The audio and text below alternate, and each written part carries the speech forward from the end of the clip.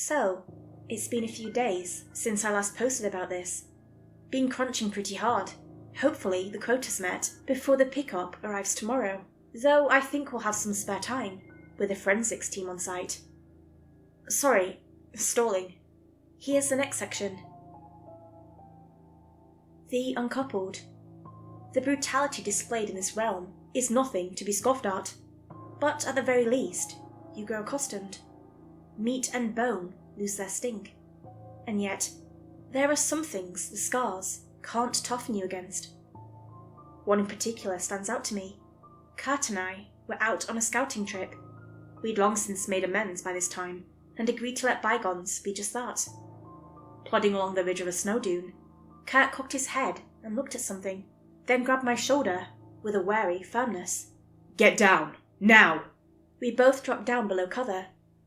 I hadn't seen anything, but by now I trusted Kurt's judgment. "What?" I whispered. "What did you see?" "Caught it in the corner of me eye. Thank fuck I ain't look at it." Without thinking, I went to peek over into the open snowfield. Kurt tore me back down by the scuff of my jacket, bringing me to eye level. "The hell are you doing, you fucking oaf? Don't look at it!" I stared, confused. At what? "The uncoupled. Should really get Ellie to go over." Whoa, slow down. Uncoupled? "Yeah. Don't look too deep into the name. I only seen it in the corner of my vision before. Just a dark shape. Nah, more than that. A stain. A stain on the world." Carefully, I turned my head in the direction he'd seen it, as if I'd be able to see right through the snow. Okay, if you can't look at it, how do you know? "Been plenty here before you, mate. Knew one or two of them. This kid called, Kent. Yeah. He looked. Said it was hollow. Sort of an empty imprint that might once been a person.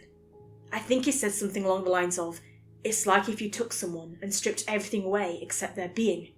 Still not sure what he really meant, but it's enough to know I ain't never gonna look at it. Well, that, and the fact that a moment later, he's already 30 feet ahead and stumbling towards it." Pausing to let Kurt's words sink in, I muttered, "Where is he now? I mean, Yargo got taken, but he came back." He shook his head, his eyes focused on nothing. "Couldn't tell you. Only way I even remember him is 'cause his voice. Screams, god-awful wailing, surfing across the dunes and through the air. In those short times, when the wind stumbles. If you just listen." Following his lead, I cocked an ear upwards, frostbitten air slicing past my skin. There was nothing other than the howling gale and the hammering of my heart. However, the longer I listened, I picked up on something distinct from the wind whistling. It did sound like screams. For all I know, Kurt could have just been pulling a sick prank. It's easy to hear things that aren't there, to see what you want to see.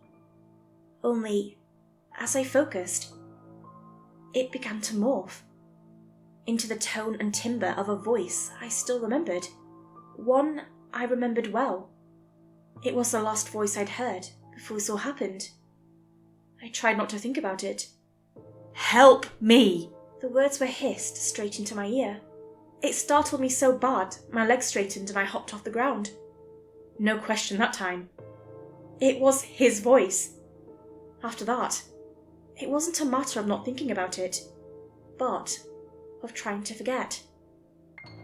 I must have been in a trance when Kurt spoke up again, snapping his fingers. "Hey, you alright? Come on, we should get back. Ain't seen nothing out there worth there is today. Just, if you ever see something in the corner of your eye, something darker than dark, leave." I nodded, grimacing, and we made our way back down to our home. Weather. If constant freezing snowfall wasn't enough, the weather knows worse cruelty. For the most part, we have shelter if it starts raining anything untoward.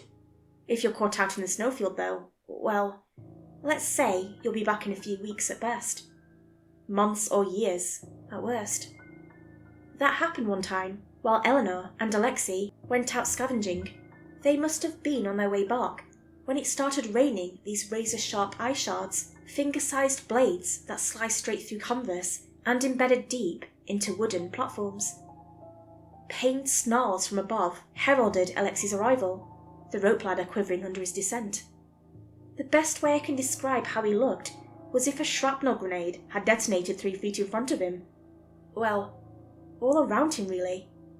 Deep, weeping goshes littered his body, and strands of flayed skin danced in the wind. It was like looking at a mangled human-shaped version of those cheese strings. You know, the ones you just peel strips off of. I wish I could taste one of those again.